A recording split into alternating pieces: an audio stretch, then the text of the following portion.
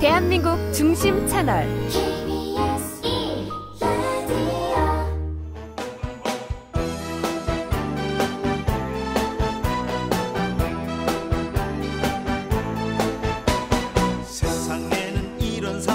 세상에는 이런 경제방송 저런 경제방송 너무 많지만 홍사훈의 경제쇼 플러스가 제일 재밌어요.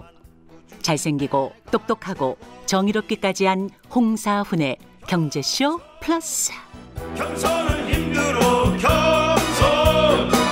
경선은 힘들어 경선. 네, 잘생기고 똑똑한 홍사훈입니다. 주말에는 경제와 정의를 따따블로 잡는 홍사훈의 경제쇼 플러스 시작하겠습니다. 뭐 오늘 주가가 얼마나 올랐는지 또 떨어졌는지 이거 일희일비하지 마라. 이 변동성 그냥 찰나일 뿐이다. 이 같은 말로 흔들리는 투자자들의 마음을 다잡아주는 분 오늘 모셨습니다. 2022년 슬기로운 주식 투자 전략은 무엇인지 오늘 동학개미들의 대장으로 꼽히는 존 리 메리츠 자산운용 대표 모시고 알아보겠습니다. 안녕하세요. 네, 안녕하세요. 제가 말씀 많이 들었는데 제가 처음 뵙겠습니다. 네, 저도 말씀 많이 들었습니다. 오늘 좀 잘 좀 부탁드리겠습니다. 네.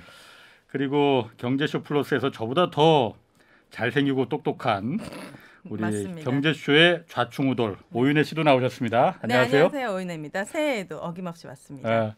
오늘 인트로 음악이 네. 약간 좀 오글오글하긴 하네요. 주제곡인 줄 알았어요. 홍 기자님 주제곡. 완전 찰떡입니다. 네. 전화 컬러링으로 뭐 한번 하면 좋을 것 같아요. 새해 완전 경제쇼 플러스 특집인 것 같아요. 네. 그 강방천 회장님을 이어서 그러게. 우리 또 존니 대표님까지 아주 풍성합니다. 네, 제가 오늘 그래서 물어볼 거 많습니다. 먼저 네. 존리 대표님 제가 쭉 이렇게 기사에 나온 것도 보고 좀 인터뷰한 것도 보고 그러면은 늘 주식 투자를 해야 된다 네, 이렇게 맞습니다. 하시잖아요. 그런데 올해 보면은 이거 금리 인상도 지금 기다리고 있고 분명히 할 거예요. 인플레 압력도 지금 세다고 하고 맞습니다. 이런데도 그 주식 투자하는 게 맞는 건지. 그러니까 이제 대부분의 사람들이 주식 투자에 무서워하거나 예. 또 실패하는 이유가 시장을 예측하려고 하다가 실패를 해요. 예측하려고 하다가. 네, 그러니까 예를 들어서 이자율 올라가는 건 다 알고 있는 얘기잖아요. 예. 이미 가격에 포함돼 있는 거예요. 예. 그러니까 이번에는 또 이자율의 문제고 또 어떤 때는 인플레이션의 문제고 항상 걱정거리가 많죠. 예. 안 되는 방향으로만 생각하는구나. 네, 그러니까 이거 하면 안 될 것 같고 또 예. 저거 하면 안 될 것 같고 그러다 보니까 시장을 예측하려고 하다 보니까 타이밍을 잡으려고 하거든요. 근데 그거는 절대로 좋은 투자 방법이 아니고요. 마켓 타이밍을 하지 말아라는 게 아주 기본이에요.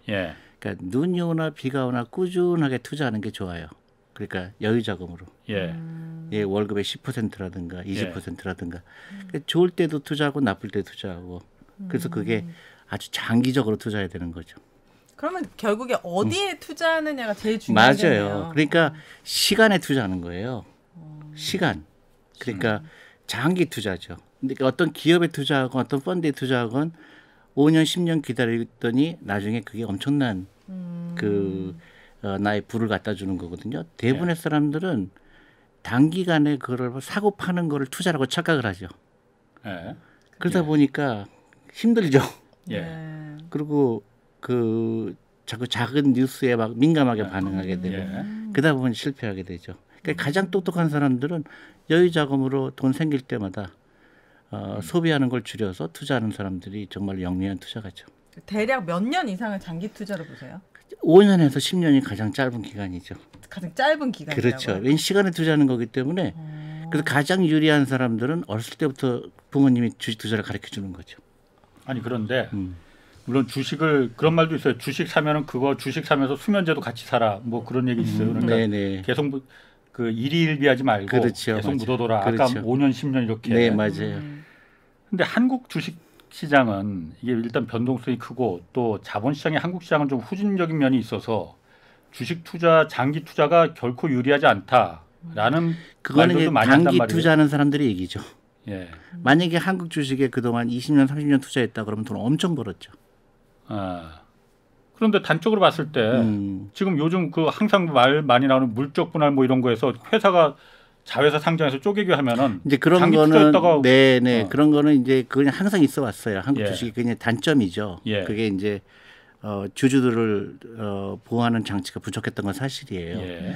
또 반대 그러는 거는 그런 기업도 있지만 그렇지 않은 기업도 있거든요. 예. 그렇게 잘 골라야 되는 문제가 있고 예. 또 그렇기 때문에 주식 가격이 싸게 거래가 되죠. 예. 그러니까 앞으로 한국 기업들이 계속 그런 그 투자가를 보호하는 입장으로 변할 게 저는 확실하거든요. 예. 그러면 지금 디스카운트로 그 거래가 되고 있기 때문에 다른 외국의 기업에 비해서 예. 그러니까 좋은 기회가 될 수도 있는 거죠.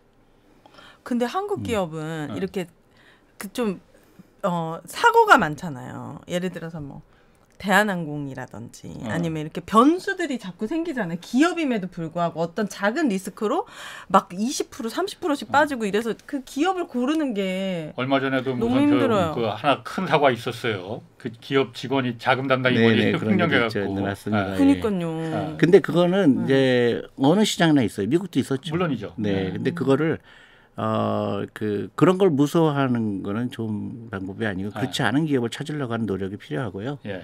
그래서 그러니까 그 투자할 때 미국 같은 경우는 제일 먼저 그 사람들이 주식 투자하는 그 방법으로 퇴직연금을 갖고 투자하죠. 20년, 예. 30년 투자할 수 있기 때문에. 예. 근데 한국에서는 되게 신기하게 퇴직연금은 다 은행 예금에 들어가 있어요, 대부분. 네, 맞아요. 그리고 빚내서 주식에 투자해요. 예. 그러니까 전혀 잘못된 방법이죠. 그럼 아까 말씀하신 대로 좋은 주식을 장기 투자하기 위해서 좋은 주식을 골라야 된다고 하셨잖아요. 맞아요. 사고 나지 않을 만한 거. 그 대표님은 그럼 나름의 노하우 같은 게 있습니까? 그러면은? 그러니까 이제 몇 가지 원칙이 있죠. 이제 분산 투자해야 되죠. 예. 내가 어떤 기업을 하나만 갖고 있는데 내가 판단이 잘못됐을 경우에 예. 나한테 큰 경제적인 네, 그 손실이 오니까. 네. 그래서 여러 개 기업에 투자하는 거고. 예. 그리고 그 많은 사람들이 주식 투자할 때 이 기업을 왜 샀느냐고 질문을 하게 되면 올라갈 것 같으니까. 남들이 그러더라. 네, 올라갈 것 같으니까 사는. 근데 그건 저는 좋은 방법이 아니고 예. 그 내가 갖고 싶은 회사냐가 중요해요. 예. 그 주식이 가격이 올라가고 내려가는 내가 잘 몰라요. 근데 이 기업을 갖고 있으면 경쟁력이 있구나. 예. 이 기업을 갖고 있으면 5년 기다리면은 시가총액이 늘어나겠구나. 예. 나한테 감동을 주는구나. 이 경영진이 굉장히 훌륭하구나. 예. 그런 나름대로의 판단을 갖고 주식에 투자하게 되면 너무 재밌어요. 근데 사람들은 그런 고정관념이 있죠. 주식은 샀다 팔았다는 걸로. 예. 그러니까 주식을 샀는데 20% 올라가면 막 팔고 싶고 네.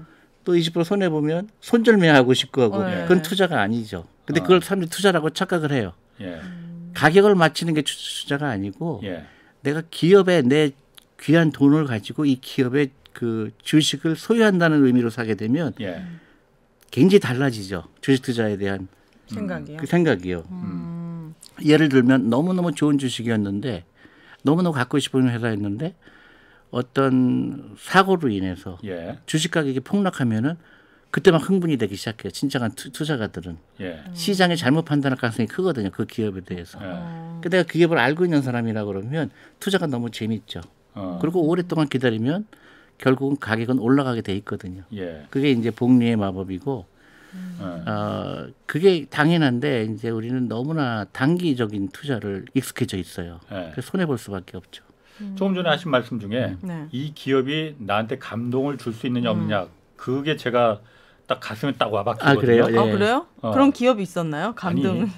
아니 너무나 많죠. 많죠. 진짜요? 너무나 많죠. 그런데 실제로 우리 요즘 뭐 같은 언론에도 나오는 거 보면은 뭐 몇몇 기업들은 감동이라기보다는 처음엔 감동인 줄 그런 기업인 줄 알았는데 그렇지 않은 기업으로 그 변하는 경우가 많이 있고. 맞아요. 그럼 대표님은 그런 기업 주식들은 일단 구별을 일단 처음에 이 기업이 나한테 감동을 줄지 그 구별을 하실 수 있는 방법이 있는가 하고 또 하나는 만약에 감동을 주는 기업인 줄 알았는데 알고 보니까 아니더라. 맞아요. 예. 반사회적인 반정의적인 기업이더라. 이 기업이 자신들만 알고 있는 감동이란 건 그 일도 없더라. 그럼 미련 없이 그냥 버리십니까? 그럼요.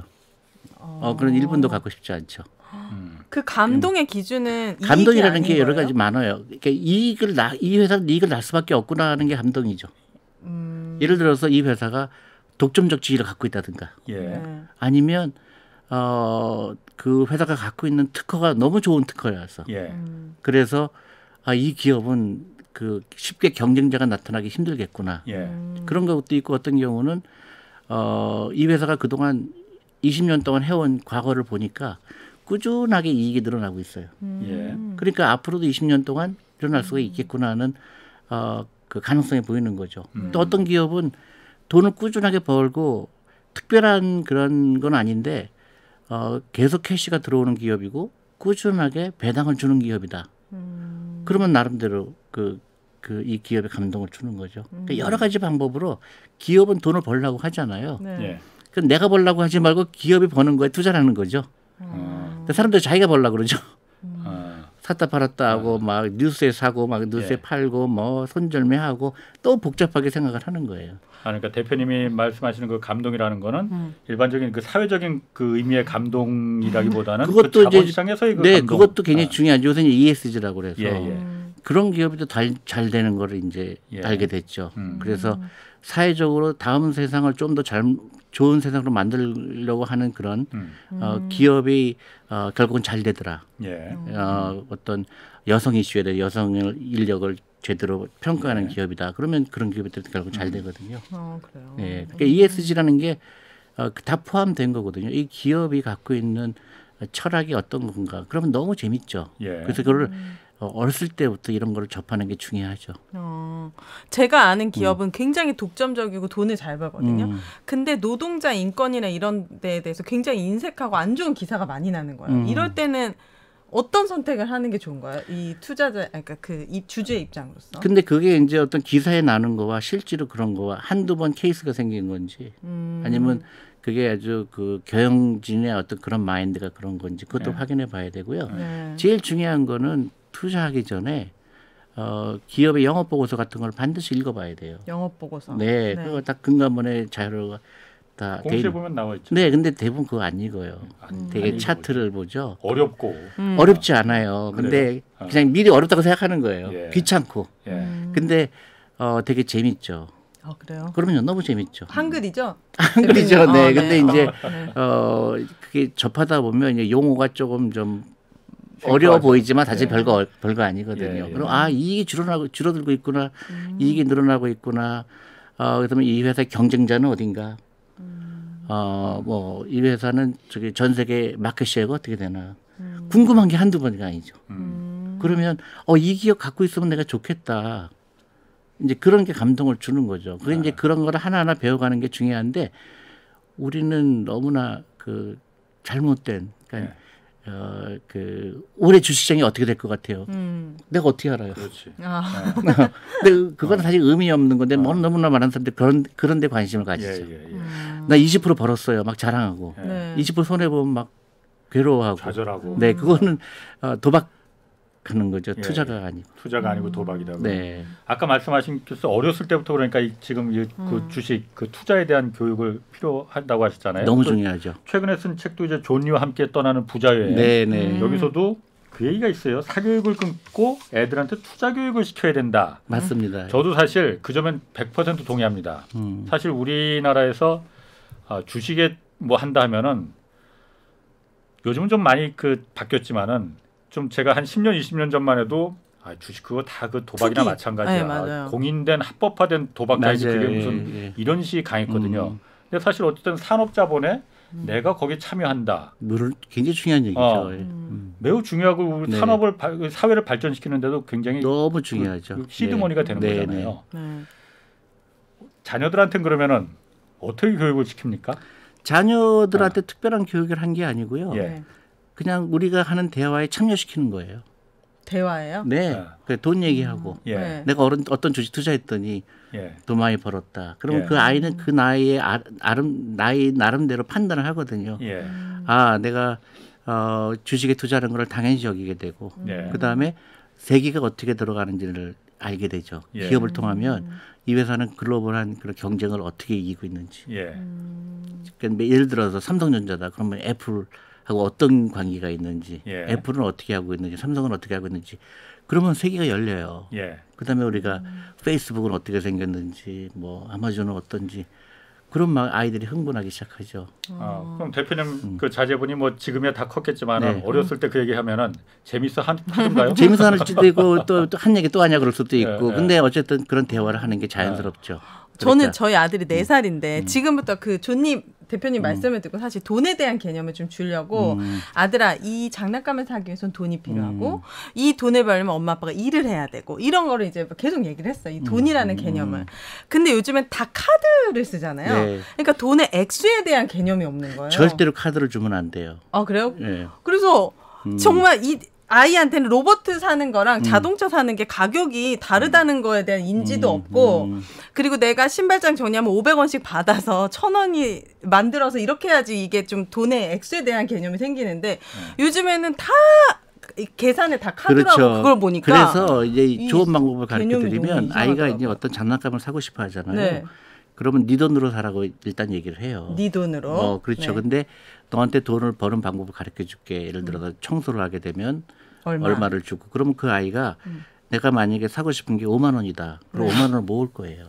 그래서 그 돈 5만 원을 모았을 때 이제 그 장난감을 사러 가자. 그러면 아이는 5만 원의 가치를 알게 돼요. 아 이게 이렇게 힘든 거구나. 네, 그 가치를 알아야 되는데. 그렇죠. 근데 우리는 너무 쉽게 카드로 사주거든요. 그러면 아이는 카드에서 돈이 나오는 맞아요. 그래서 미국에서도 아이들한테 절대 카드를 주지 말라 그러는 이유가 권총을 집어주는 거랑 똑같다고 얘기를 해요. 그래서 절대로 아이들한테 나쁜 교육이죠. 그러니까 돈을 너무 쉽게 그러니까 돈을 버는 것도 가르쳐줘야 되고 돈을 어떻게 쓰는 것도 가르쳐줘야 되고 어떻게 세이브하는 거, 어떻게 저축하는 거, 그다음에 어떻게 투자하는 거 그걸 다 전반적으로 가르쳐줘야 되죠. 자 그러면은 좀 구체적으로 이제 본격적으로 들어가서 대표님이 어쨌든 동학개미들의 대장 뭐 이렇게 지금 그 꼽히시니까 올해 좀 관심 갖고 지켜보는 산업이나 종목 좀 어떤 게 있으십니까? 올해가 아니고요. 앞으로 5년 후에는 어떻게 될 건가? 10년 후에 그게 훨씬 더 중요할 것 같아요. 올해는 어떻게 될지 몰라요. 네. 그러나 앞으로 5년을 두고 봤을 때 크게 이제 생각이 나는 부분이 헬스케어가 계속 잘 될 것 같다. 헬스케어. 네, 왜냐하면 코로나 때문에? 아니죠. 이제 사람이 오래 살잖아요. 헬스 이거 말고요. 헬스케어 그렇죠. 병원이라든가 병원. 이게 굉장히 다 포함돼요. 제약회사도 헬스케어가 들어가고 그다음에 그런 되게 기계적인 거 전반적으로 원격 치료 이런 거. 그렇죠. 그것도 이제 인터넷으로 치료한다든가 아주 다방면으로 사람이 이제 오래 살게 되면 아프죠. 그래서 굉장히 많은 그 기회가 생길 거예요. 그래서 저는 헬스케어가 계속 유망한 그 분야가 될 것 같고, 그 다음에 이제 이제 커머스라고 그러죠. 우리가 그동안은 물건을 살 때 인터넷에서 사는 게 이제 굉장히 보편화가 됐잖아요. 그게 계속 가속화가 될 거라고 보고 있고, 또 이제 모빌리티죠. 자동차에 대해서.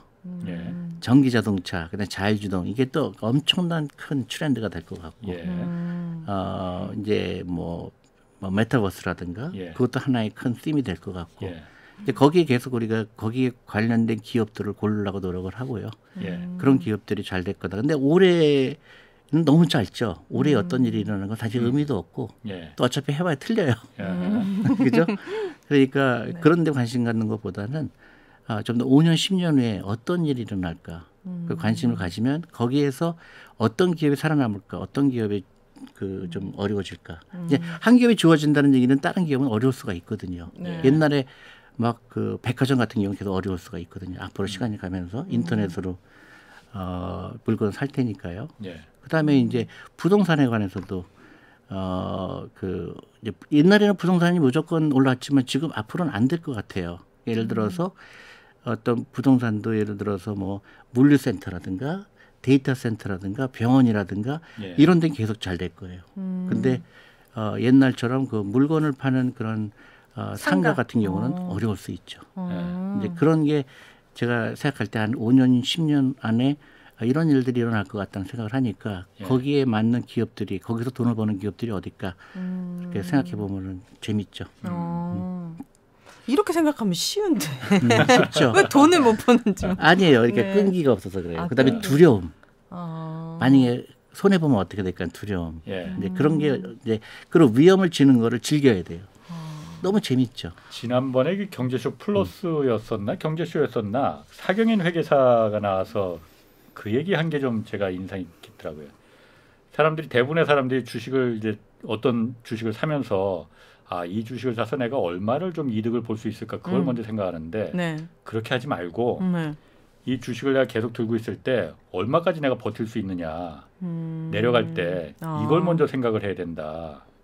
그래야만이 그 장기적으로 그 주식을 믿고 버틸 수 있지. 안 그럼 얼마를 이득을 볼까 이 그 장밋빛 그것만 먼저 봤다가는 조금만 내려가도 마음의 상처만 있고 금방 또 팔아버리고 계속 그게 누적 반복돼서 결국은 남는 게 하나도 없게 되더라. 라는 얘기를 하더라고요. 그것보다 더 선행돼야 될 거는 내가 그 기업을 얼만큼 연구하고 샀느냐가 더 중요하죠. 연구하고. 예를 들어서 내가 이 기업이 정말로 잘 될 거라는 어느 정도의 그런 확신이 확신 있는데 주가가 빠지면 더 좋아지게 되거든요. 더 사야 되겠다 생각하면 살 수 있으니까. 그다음에 또 하나 문제는 사람들은 한번 주식 사면은 그냥 그대로 있는 걸로 착각을 해요. 꾸준하게 사야 되거든요. 아 그래요. 그러니까 무슨 말이에요? 예를 들어서 내가 A라는 주식이 너무나 갖고 싶잖아요. 그러면 오늘 내가 5만 원밖에 없어요. 5만 원씩 샀어요. 근데 이제 내일 또 5만 원 생겼어요. 그럼 내일 또 사요. 그게 이제 5년 10년 동안 사는 거예요. 근데 나는 그냥 돈을 모았다가 그냥 왕창 샀다가 이제 기다리는 사람 그게 투자가 아니죠. 내가 돈이 계속 벌잖아요. 육체적 유동을 통해서 꾸준하게 사는 거거든요. 그러니까 올라가도 사고 내려가도 사고 아까 얘기했듯이 마켓 타이밍 하는 게 아니라 근데 먼저 걱정을 하고 빠지면 어떻게 빠지는 걸 걱정한다는 얘기는 내가 그 기업을 잘 모른다는 얘기밖에 안 돼요. 불안하죠. 네, 그렇죠. 근데 그 기업을 알면 불안하지가 않죠. 그 기업에 대해서 믿음을 가지고 그럼요. 그러니까 저희나 저희 펀드 매니저나 한 번도 어떤 주식을 우리가 샀는데 주식이 20% 마이너스 됐어요. 걱정하는 사람 단 한 명도 없죠. 왜냐면 우리는 알기 때문에. 믿으니까. 그 기업이 5년 10년 동안 계속 돈을 버니까 예를 들어서 1년 동안 이 기업이 번 게 보통 이제 ROE라고 그래요. 그게 이제 1년에 몇 %를 이익으로 가져오나. 그러면 1년에 한 10%씩 늘어나고 있다. 그러면 10년이면 어떻게 돼요? 100% 벌었잖아요. 주가가 100% 올라갈 가능성이 있거든요. 그러니까 이 회사가 돈을 잘 버는지 안 버는지 그것만 체크하면 되는데 그런 걸 안 하고 떨어지니까 불안한 거예요. 모르니까. 그러니까 나쁜 요소가 나오면 야 이거 큰일 이 회사 망하는 거 아니야? 이렇게 걱정을 하죠. 아니, 대표님이야 전문가고 여러 가지 정보를 이제 접하시니까 그 기업에 대해서 믿음을 가질 수 있다 이렇게 쉽게 말씀하시지만은 일반 우리 오윤혜 씨나 뭐 일반 투자가들이야 아니에요. 절대 거기에 넘어가면 안 돼요. 그렇지 않아요. 그래요? 그러니까 우리가 매스컴에서 그 접할 때 대입 그러죠. 기관 투자가는 유리하다. 개인들은 정보가 없다. 우리가 정보로 투자한 적 한 번도 없어요. 그러면요? 정보에 여러분 두 분이 아는 거와 저희 펀드 매니저와 그 차이가 별로 없어요. 우리는 똑같은 뉴스를 가지고 그걸 어떻게 해석하느냐, 어떤 철학을 갖고 보느냐, 그게 결정적인 건데 우리는 아직도 계속 사고 파는 거라고 착각을 하기 때문에 정보가 없으니까 저 사람은 나보다 빨리 팔을 텐데 저분 나보다 빨리 살 텐데 절대 그렇게 돈 벌지 않아요. 그러니까 결국은 어떤 기회를 봤을 때 그 아까도 얘기했듯이 결국 펀더멘탈한 얘기예요. 절대 어렵지가 않아요. 그럼 예를 들어서 그런 그 감사 보고서나 영업 보고서나 이런 걸 일일이 들어가서 보고 그걸 근데 판단하는. 이제 이런 게 있죠. 그러니까 투자할 때 이제 순서가 있어요. 그러니까 나는 아직 그럴 시간도 없고 또 읽어도 잘 모르잖아요. 근데 미국도 마찬가지로 개인들이 월급쟁이들이 특히 월급쟁이들이 부자가 안 될 걸 아는 거예요. 미국 정부도. 그래서 강제로 하는 거예요. 그래서 퇴직연금이라는 걸 만들었죠. 그래서 주식에 강제로 투자하는 거예요. 60세까지 너 못 찾아. 대신에 월급의 10%까지 투자해야 돼. 아니면 너 큰일 나. 그래서 미국 정부에서 40K라는 걸 만든 거예요. 그래서 온 그 국민들이 주식 투자하게 만들었고 그게 결정적으로 미국의 중산층이 나오게 된 계기가 된 거예요. 한국도 퇴직연금 제도가 있어요. 근데 그게 주식시장에 있지 않고 은행 예금에 들어가 있죠. 2.7%밖에 없어요. 그러니까 그 돈이 너무 그 아까운 돈이에요. 퇴직연금이. 대부분의 사람들이 몰라요. 그래서 그것 가지고 먼저 투자를 해야 돼요. 그 돈이 많이 쌓여 있어요. 그게 200조가 넘어요. 그게 지금 은행 예금에 들어가 있어요. 네. 원금 보장량에 들어가. 그것부터 바꿔야 되고 그다음에 퇴직연금 제도라는 게 있어요. 세금 혜택을 보는 거. 그건 무조건 가입을 해야 되는데 아무도 안 해요.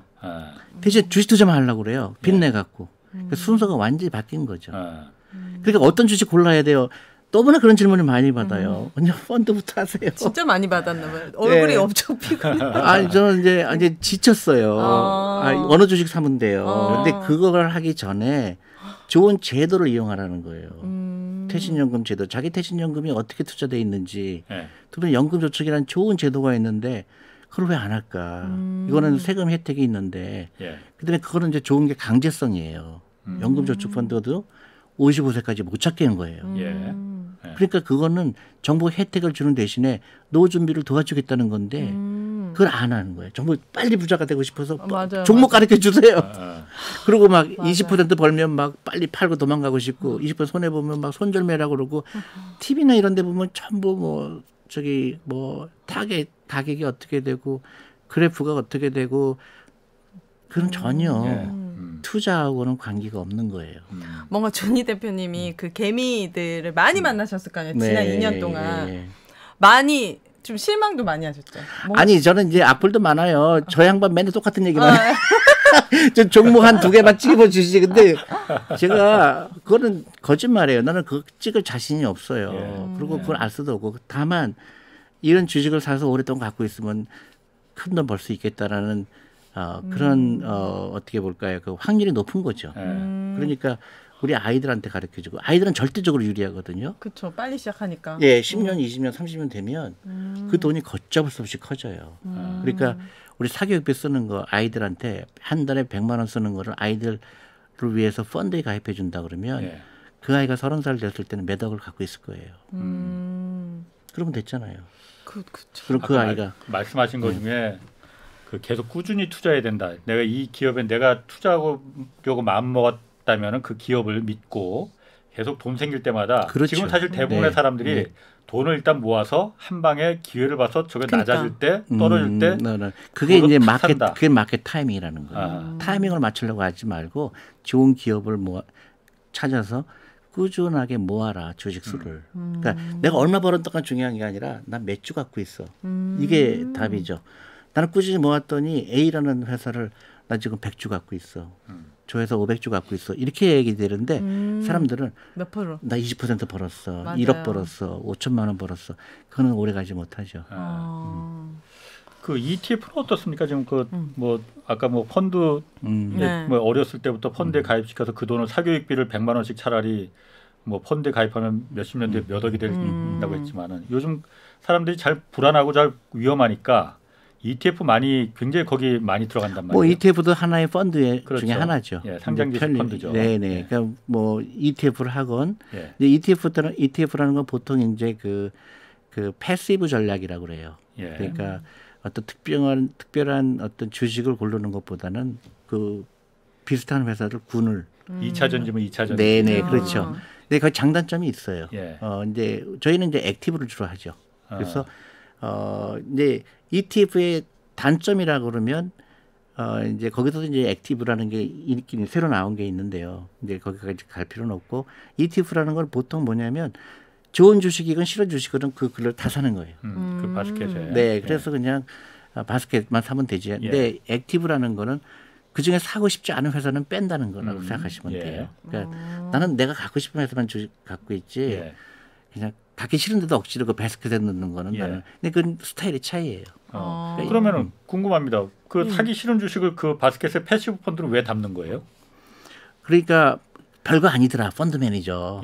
뭐 고른다고 골라봐야 뭐 저기 그 벤치마크라고 그러거든요. 비교 지수라 그러는데 비교 지수에 비해서 그렇게 잘하는 것도 아니더라. 그럴 바에는 그냥 다 사버리지. 이제 그런 게 패시브예요. 근데 이제 액티브는 아니다. 우리가 더 연구를 해서 좋은 주식만 고르는 게 훨씬 더 장기적으로 돈을 많이 벌 거다. 근데 그거는 이제 고객들이 판단하는 거죠. 근데 저희 같은 경우는 예를 들어서 저희가 하는 펀드들 보면 이제 대부분의 케이스 한 7년 8년 기다리니까 그 비교 지수보다 대부분 수익률이 좋아요. 좋은 주식만 살려고 노력하다 보면 그 예를 들어 코스피 대비 한국 주식에 투자한다면 코스피 대비 우리가 얼마큼 초과 수익을 냈느냐. 근데 대부분 초과 수익을 내고 있죠. 그러니까 이제 몇 프로 이상이면 좀 수익이 좀 괜찮다고 보시는 거예요? 보통 이제 좋은 펀드라고 그러면 이제 1년에 그러니까 비교 지수에 비해서 한 3% 정도가 꾸준하게 더 초과 수익을 내면 굉장히 좋은 펀드죠. 그 1년에 장기 투자한다고 했는데 사실 아까 또 잠깐 말씀드렸지만 한국의 자본시장이 아직 사실 미국이나 이런 데 비해서 좀 후진적인 면이 좀 있잖아요. 있죠. 예. 그러다 보니까 국내 주식 말고 요즘은 해외 미국 주식도 뭐 얼마든지 투자할 수 있으니까 미국 주식으로 좀 많이 가는 분들 있단 말이에요. 네. 어떻습니까? 이거는 일단 대표님은 한국 주식과 해외 주식 가운데 어떤 쪽을 더 선호하십니까? 저는 그렇게 얘기하기보다는 예. 내가 사고 싶은 주식 회사가 미국에 있으면 미국 주식이고 한국에 있으면 한국 주식이에요. 어떤 회사가 더 한국에 더 많습니까? 미국에 더 많습니까? 그러니까 저희가 봤을 때는 미국도 좋은 데가 많은데 예. 저는 한국 주식이 더 그 비중을 늘리고라고 얘기하고 싶어요. 예. 왜냐하면 여러 가지 이유가 있는데 너무나 많은 사람들이 한국 주식 나쁘다고 얘기하잖아요. 네. 그때가 제일 좋은 시장이에요. 아 그래요? 네, 버블이 아니라는 얘기예요. 대부분의 케이스 제가 많은 30년 경험을 보면 네. 남들이 다 좋다 그러는 데는 대부분 버블이 껴져 있어요. 근데 대부분 한국 주식은 안 좋다 얘기하잖아요. 네. 그래서 저는 한국 주식에 어느 정도는 비중을 늘리는 게 좋겠다 생각을 하는 개인적으로 그렇게 생각합니다. 이 말 좀 와닿는데요.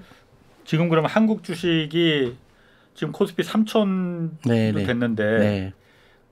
이게 버블이 아직 안 껴 있다고 보시는 겁니까 그러면? 안 껴 있죠. 첫 번째 이유가요. 예. 퇴직연금이 엄청난 미국 시장에 올라간 거에 가장 큰 원인이 퇴직연금 시장이에요. 예. 퇴직연금이 그러니까 직장에 다니는 사람들의 월급의 10%가 거의 2주마다 주식시장에 들어가 보세요. 네.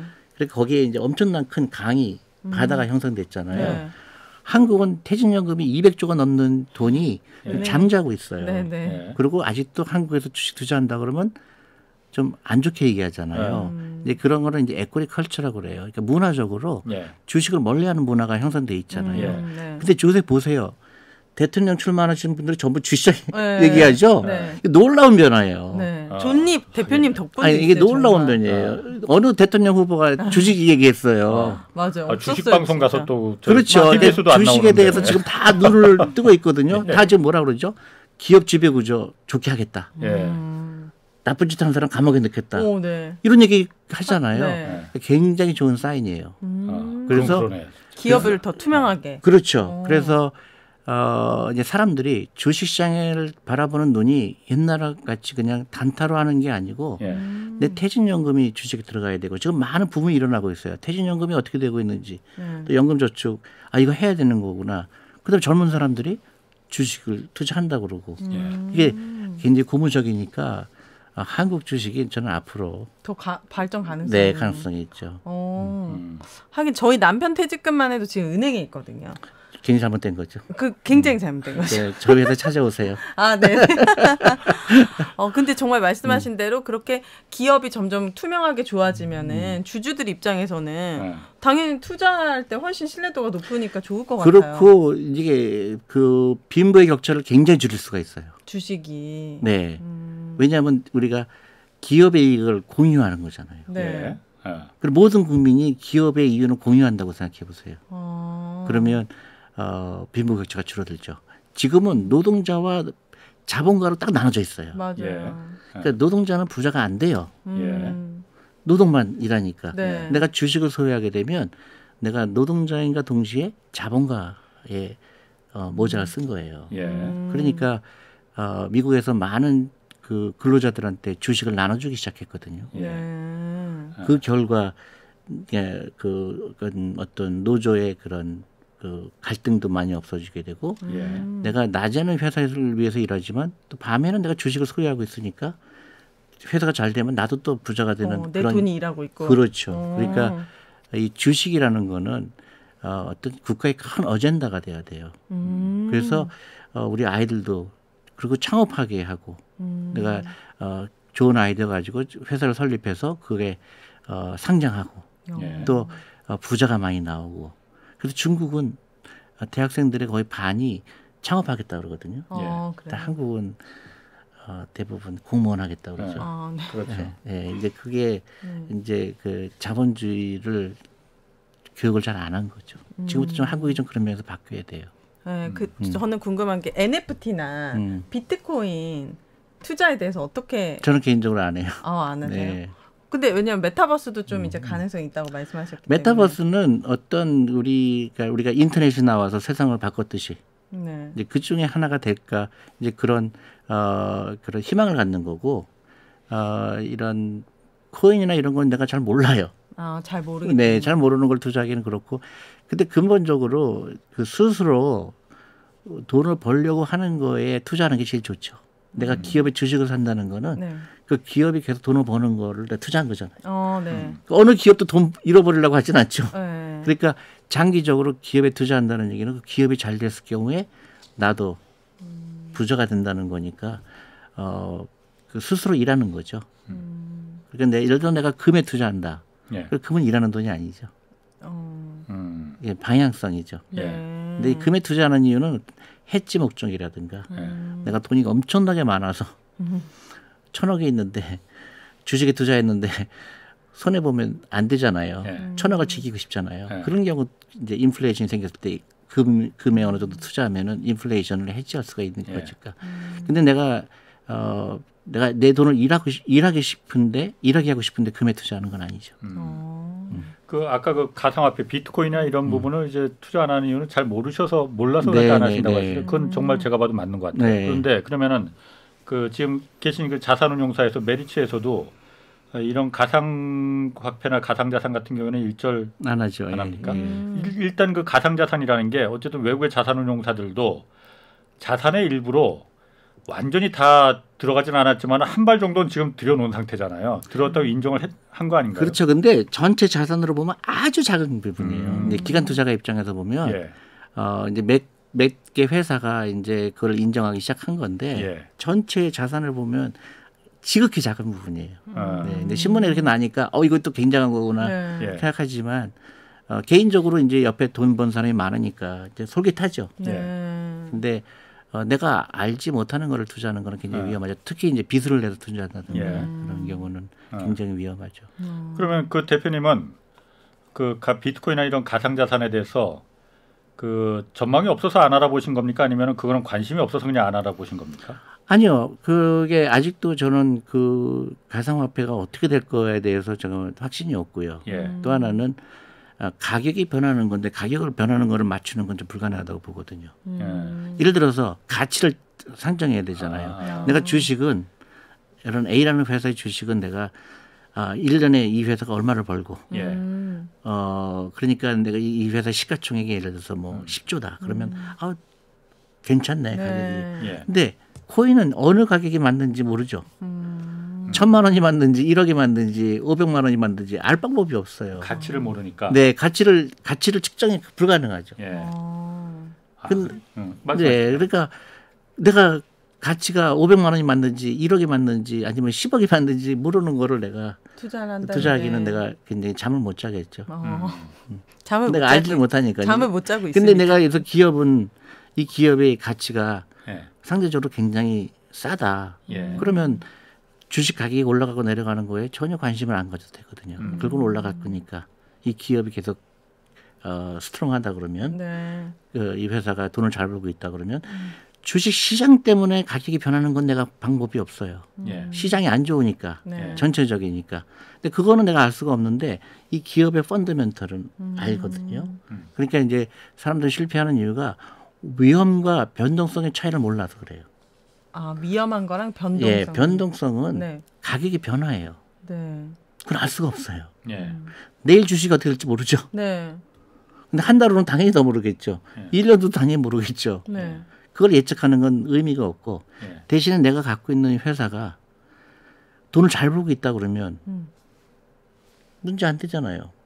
내가 그러니까 예를 들어서 A라는 주식이 어저께 가격에 비해서 오늘이 뭐 3% 마이너스가 됐어요. 회사는 그대로예요. 어저께 이 회사와 오늘 이 회사는 전혀 다름이 없어요. 근데 가격만 3% 빠진 거예요. 근데 그건 내가 알 수가 없죠. 그거를 맞추는 건 불가능하죠. 사람들은 그거를 맞출 수 있다고 착각을 하죠. 예.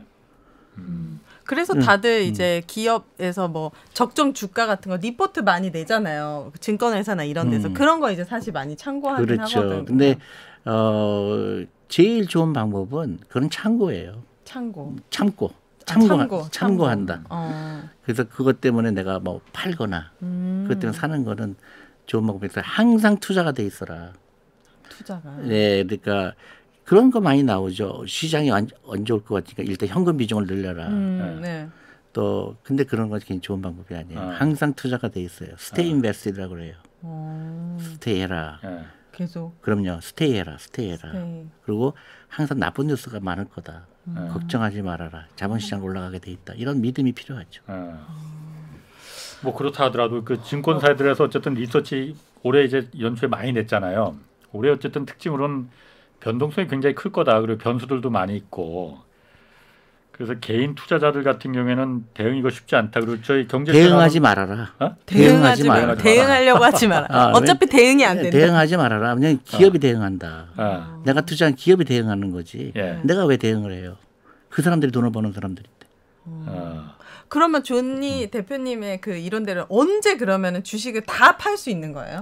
그 사람마다 기준은 다르겠지만 돈이 필요할 때. 돈이 필요할 때. 네. 돈은 항상 필요하잖아요, 우리가. 아니죠. 그러니까 여유 자금을 하는 거죠. 예를 들어서 내가 한 달에 뭐 300만 원 번다 그러면 나 10%는 무조건 노후를 위해서 투자해야 되겠다. 10%에서 하면 30만 원씩 투자하는 거죠. 그냥 하는 거예요. 그러니까 270만 원 가지고 난 사는 거예요. 근데 이제 우리가 늙잖아요. 60이 됐잖아요. 근데 이제 노동력이 쇠했죠. 근데 그동안 30만 원씩 투자한 게 지금 뭐 30억이 될 수도 있고 50억이 될 수도 있어요. 그러면 그 돈 가지고 내가 이제 그 경제적으로 윤택하게 사는 거죠. 그럼 한 20년은 내가 30년씩 매달 했다. 그렇죠. 그러면 그 한꺼번에 매도하는 거예요. 그때도 아니지. 그때 필요할 때 다 필요하지 않을 수도 있잖아요. 그때 또 조금씩. 그렇죠. 조금씩. 그래서 퇴직연금을 하라는 얘기고 그리고 연금저축을 하라는 얘기예요. 세금 혜택이 워낙 좋아요. 그러면 나중에 세금을 낼 때 굉장히 세금 이율이 작아요. 그러니까 이거는 무조건 해라.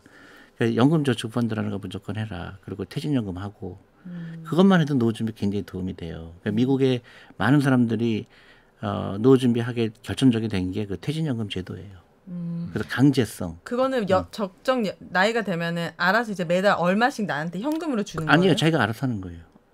근데 예를 들어 내가 55세가 되잖아요. 그러면 이제 그 모아놓은 그 투자한 돈이 있잖아요. 그 중에서 내가 필요한 만큼 찾아서 쓸 수 있는 거예요. 그럼 그때 세율이 굉장히 낮아요. 그리고 그동안 이익 난 거는 전부 세금을 안 내고 이연돼요. 그게 굉장히 큰 건데 사람 잘 몰라요. 그러니까 세금을 내야 될 돈이 오히려 나를 위해서 일하는 거예요. 55세까지. 근데 내가 설명을 많이 해도 사람들 피부에 잘 안 와요. 그게 얼마나 큰 혜택인지. 그 아까도 잠깐 뭐 얘기가 나온 것 같은데 늘 그 하시는 말씀이 자산이 나를 위해서 일하게 만들어라 이렇게 그렇죠. 하잖아요. 네. 그게 좀 잘 안 와닿거든요. 그래요? 자산이 나를 위해서 어떻게 일하게 이런 거죠. 만들어? 예를 들어서 그 내가 오늘 비싼 옷을 샀다. 만약에 50만 원짜리 옷을 샀다. 그러면 오늘 50만 원만큼 가난해진 거죠. 그렇게 가난해진 건가? 500만 원만큼 마음의 부자가 된 것 같은데. 마음은 부자가 됐는지 뭐 마음도 가난해요, 사실은. 진짜요? 카드값 같으려면. 네. 근데 50만 원 썼을 때 내가 그만큼 50만 원어치 가난해진 거예요. 근데 자산에서 줄어든 거잖아요. 근데 50만 원이 투자가 돼 있다 그러면 내가 A라는 회사에 주식을 샀다 그러면 그 회사 직원들은 나를 부자로 만들기 위해서 24시간 일하는 거예요. 그러니까 50만 원 가지고 그 회사 주식을 샀을 때는 그 주식이 배당도 주죠. 또 매출액이 늘어나겠죠. 그러니까 나는 그 잠잘 동안에도 누군가 나의 노후를 위해서 일한다는 사실이에요. 그러니까 기가 막힌 거죠. 근데 그게 금액이 커지면 그만큼 더 열심히 일하는 거잖아요. 나중에는 내가 노동력으로 버는 것보다 내 자본이 일한 게 더 큰 돈이 될 거예요. 그래서 만약에 어떤 아이가 5살부터 부모님이 이걸 알았다든가 6살 때부터 이걸 알아서 해줬다든가 한 애와 아무것도 모르다가 40살 돼서 깨달은 거와 그 차이는 너무 크죠. 그러면 부자가 될 수 있는 30년을 너무 허비한 거죠. 일하는 시간이 길수록 좋은 거죠. 이거는 그냥 사적인 질문이지만 그런 사람들 어떻게 생각하세요? 예를 들어서 명품 있잖아요. 롤렉스, 에르메스 이런 거 사서 쓰다가 이게 리셀가가 더 올라가거든요. 그래서 사람들이 그게 더 사는 이제 건데. 그 소비를 정당화하는 사람들이 하는 얘기예요. 아, 그리고 근데 그게 1,000만 원에서 막 1,500만 원에 팔리고 이러거든요. 이제 그거는 이제 그런 명품백에 파는 그 회사들의 그 전략이죠. 마케팅 전략이죠. 그거 속는 거죠. 그거는 어떤 투자나 이런 걸로는 절대 투자 아니죠. 아니 왜냐면 간지도 나면서 돈도 벌 수 있다고 생각하니까 그러니까 진짜 많이 하거든요. 그거는 이제 그 지극히 잘못된 금융 상식이죠. 금융 상식. 네. 근데 이게 굉장히 중요해요. 우리 대한민국의 큰 화두가 돼야 돼요. 그러니까 우리가 지금 이제 금융 문맹은 이제 대가를 치른다 그래요. 우리나라가 대가를 치르고 있어요. 그래요? 아무도 이런 얘기를 안 하잖아요. 네. 주식도 대부분 도박이라고 가르치고 실제로 주식 투자하는 사람도 도박처럼 하고 일확천금을 노리려고 하고 길게 보고 투자하지 않고 그러다 보니까 기업에 돈이 들어가지 않고 또 새로운 기업이 안 나오고 또 한국 기업에 대해서 서로 나쁜 인상을 갖게 되고 이게 이제 악순환이 되죠. 맞아요. 그러다 보면 우리도 모르는 사이에 대한민국은 후퇴할 수밖에 없어요. 그걸 지금 대가라고 말씀하시는 거고요. 그게 대가죠. 그러니까 지금 보세요. 인정하기 싫지만 우리나라의 노후 준비가 세계에서 가장 안 된 나라예요. 맞아요. 그게 대가예요. 노인 빈곤율 1위. 1위죠. 네. 자살률 1위죠. 네. 그 다음에 아이도 안 낳죠. 이게 다 경제적인 거거든요. 근데 이런 거를 이 크게 바꾸려면 우리 생각의 파괴가 필요해요. 파괴. 네, 생각이 우리가 갖고 있는 고정관념을 정말로 깨트려야 돼요. 그래서 정말로 누구나 경제 독립을 얘기해야 되고 어렸을 때부터 이걸 가르쳐주고 그걸 제일 잘하는 민족이 유태인이죠. 그래서 유태인은 전 세계 인구의 0.2%밖에 안 돼요. 근데 전 세계 자산의 20%를 갖고 있어요. 사실이에요? 사실이죠. 유태 금융으로 많이. 그래서 미국에 있는 금융기관들 골드만 삭스라든가 JP 모건이라든가 전부 어떤 회사예요? 유태인이 소유한 회사예요. 미국 거 아니었어요? 미국에 있는 건데 미국에 있는 유태인들 소유하고. 진짜요? 대박. 그러니까 그게 영리한 거죠.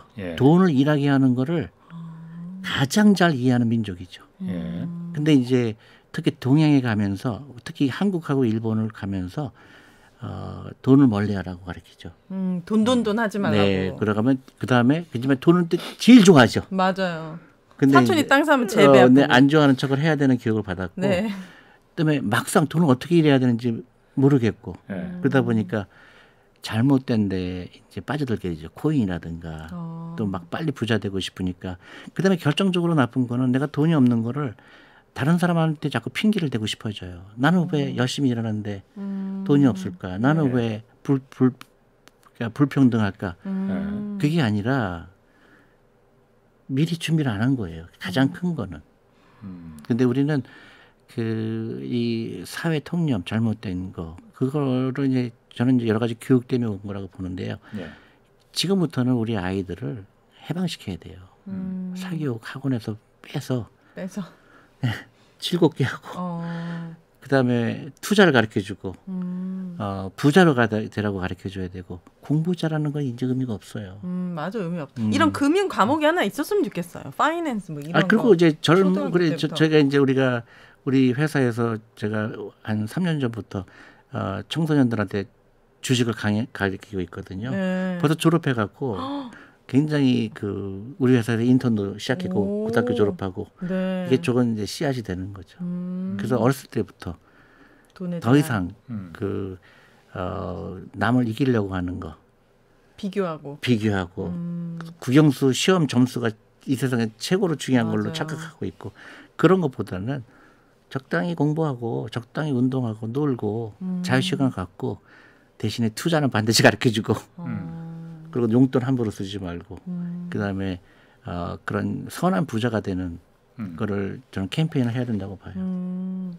그 주식 처음 하는 분들 이 방송 많이 어쨌든 대표님 나오시니까 많이 좀 거기서 인사이트를 얻기 위해서 좀 귀를 쫑긋 하고 계실 거란 많이 있을 거란 말이에요. 네.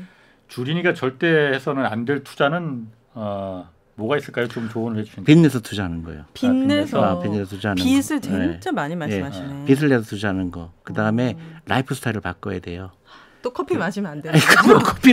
커피보다 중요한 거는 이제 커피 맛이 돈으로 주식 사는 게 명언이십니다. 커피 절대. 네, 그리고 이제 부자처럼 보이지 말고. 그러니까 남이 나를 보면 혹시 나를 가난하게 보면 어떨까 그런 거 하지 말고 부자처럼 보이지 말고 부자가 되려고 노력해야 되고 소비를 투자로 바꿀 용기가 필요하고. 소비를 투자로 바꿀. 그리고 카드 웬만하면 찢어버리고. 진짜 현금 쓰세요 그러면은? 체크 카드 있잖아요. 아, 체크 카드. 네. 그리고 그런 이제 획기적인 그 변화가 필요해요. 아니면 정말로 힘든 노후가 기다리고 있어요. 소비를 줄이고 그걸 대신 이제 주식을 투자로 하라 이 말씀이죠? 네. 그럼 너무 재밌어요. 아, 그래요? 네, 너무 재밌어요. 그리고 주식 시장이 올라가고 내려가는 건 나하고 관심이 없어요. 내가 얼마나 왜냐면 내가 10년, 20년 투자할 건데. 자, 그러면 젊은 사람들이 그렇다 하더라도 저만 해도 이제 얼마 있으면 이제 곧 70이시거든요. 70이요? 70은 아니지. 네. 이제 50대, 60대도 말씀하신 대로 장기 투자 막 10년, 20년. 그러니까. 왜냐하면 갈 수도 있는데. 100세 시대잖아요. 100세 시대잖아요. 네. 지금부터 그 정말로 심각하게 생각해야 돼요. 라이프 스타일 바꿔야 돼요. 그래서 지금 오늘부터 내가 잘못된 소비가 뭐가 있는지 체크하고. 네, 내가 술을 너무 많이 마시는 게 아닌지. 그다음에 내가 쓸데없는 소비를 하는 게 맞는 게 아닌지. 그것부터 투자를 시작하는 거예요. 투자가 제일 좋을 때는 right now 당장. 그런데 그러면 인생이 재미없어질 것 같은데. 돈이 모이는 재미가 있겠지 또. 그 사람들이 그렇게 얘기를 해요. 그게 이제 금융 문맹이 걸린 사람들이 그렇게 금융 얘기해요. 문맹이라고요 지금. 문맹. 고대 나온 금융 문맹에 걸린 사람들이 대부분 부자가 된 다음에 어떻게 쓸까를 걱정해요. 그러니까 대부분 나한테 저는 질문이 대표님 그건 너무 재미없잖아요 사는 게. 그 다 쓰고 죽어야 되는데. 그러니까 치킨도 먹고. 근데 쓰고 죽을 돈이 없더라고. 대부분 저기 얼마 있어요. 뭐 500만 원 있으면서 미리 걱정하는 거예요. 그런 걱정은 부자가 된다면 걱정해도 돼요. 웃으면서 엄청 무서운 말씀을 해주셨던 것 같아. 쓰고 죽을 돈이 없다. 아니 그러니까 우리는 너무나 이 돈에 대한 그 심각성을 잘 이해를 못한 거예요. 그게 결국은 그게 대가를 치른다고 얘기하는 거예요. 그러니까 누군가가 나의 노를 위해서 일하지 않으면 나는 평생 일을 해야 된다. 지금 보세요. 은퇴하고 난 사람들이 잡을 다시 잡잖아요. 잡을. 네. 그렇죠. 그걸 왜 그럴까요? 일하고 싶어서 했을까요? 아니죠. 생활이 안 되니까. 돈이 없으니까 한 거잖아요. 그러니까 자유를 못 얻는 거예요. 그러니까 그 투자라는 이유는 내가 자유를 얻기 위한 거예요. 그러니까 파이낸셜 프리덤이라고 얘기를 해요. 경제적인 자유를. 네. 근데 그거를 사람들은 그래 대표님 그렇게까지 살아갖고 할 이유가 뭐가 있어요? 자유를 얻기 위함이에요. 그렇게 함부로 치부할 일이 아니에요. 그렇게까지 살아서 뭐예요? 그러니까 그런 질문이 제일 많죠. 알겠습니다. 자 오늘 여기까지 하겠습니다. 네. 함께해 주신 존 릿 메리츠 자산운용 대표 그리고 오윤혜 씨 두 분 고맙습니다. 네, 감사합니다. 자, 주말에는 경제와 정의를 따따블로 잡는 홍사원의 경제쇼 플러스 오늘 여기서 마치겠습니다. 고맙습니다.